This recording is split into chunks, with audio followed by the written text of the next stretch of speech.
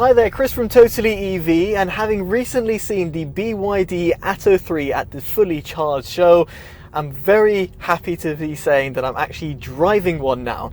So I'm actually going to be taking it around a test circuit, and I've got a very short amount of time with it, but I'm very curious to see how this vehicle actually performs around some windy roads and just generally how it feels to drive, because, well, I'm actually driving it for the first time. Now, first off, in terms of my impressions, well, I'm treated with a massive infotainment system which is planted at the center of my dashboard, and this actually rotatable as well, as I did cover in my very short video. Now, past that, I've actually got a very nice small instrument cluster, which is actually quite reminiscent of those that I found in, for example, in the VW ID3 or the ID line from Volkswagen, and therefore makes it quite easy to see. Better still, it's also got some bit of customization, which is always appreciated. And as for the steering wheel, well, it feels pretty nice and easy to grip, no problems whatsoever. Equally, when it comes to comfort, the seat itself feels nice and cushiony soft, and I've got plenty of headroom and legroom both at the front and rear of the vehicle. So now we're approaching our test area, so I can go on the sport mode preset and put my foot down. Now, the vehicle does propel itself forwards pretty quickly, not as snappy as some other vehicles out there on the market, of course, due to its battery configuration and its motor configuration, but it still does respond pretty well, as you might expect from any fully electric vehicle. So, first impressions are pretty positive so far.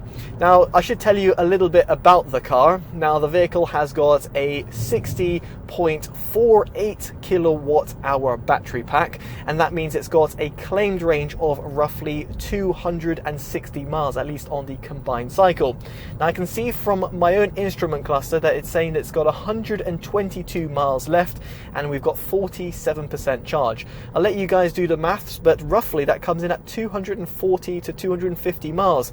Now, considering other journalists have driven this car and probably have been pretty fruitful on the accelerator pedal, that's actually pretty impressive to say the least. So it seems to be matching up to what BYD is actually claiming in terms of the overall range.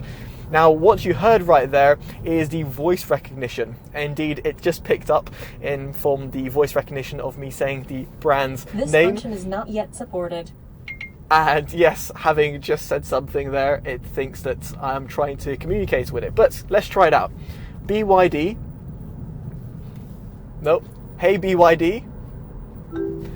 Open the roof. You're driving pretty fast. I'll open it halfway. That's pretty cool. It just identified that I was driving at 30, 40 miles an hour, and so therefore it's opening up halfway rather than full. Very smart. So, hey BYD, close the roof.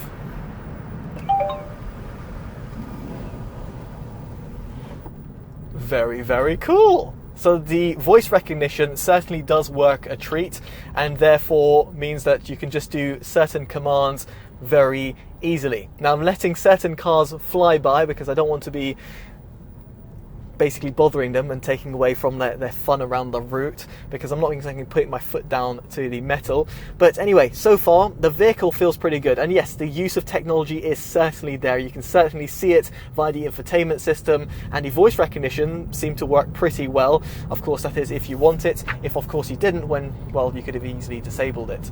Now, aside from that, I should also mention in terms of the ride quality, the suspension system is decent. I can feel a little bit of the anomalies and some of the bumps around the road, but it seems to be decent on the grander scheme of things, at least for a vehicle of its class and indeed of the price point that it's coming in at.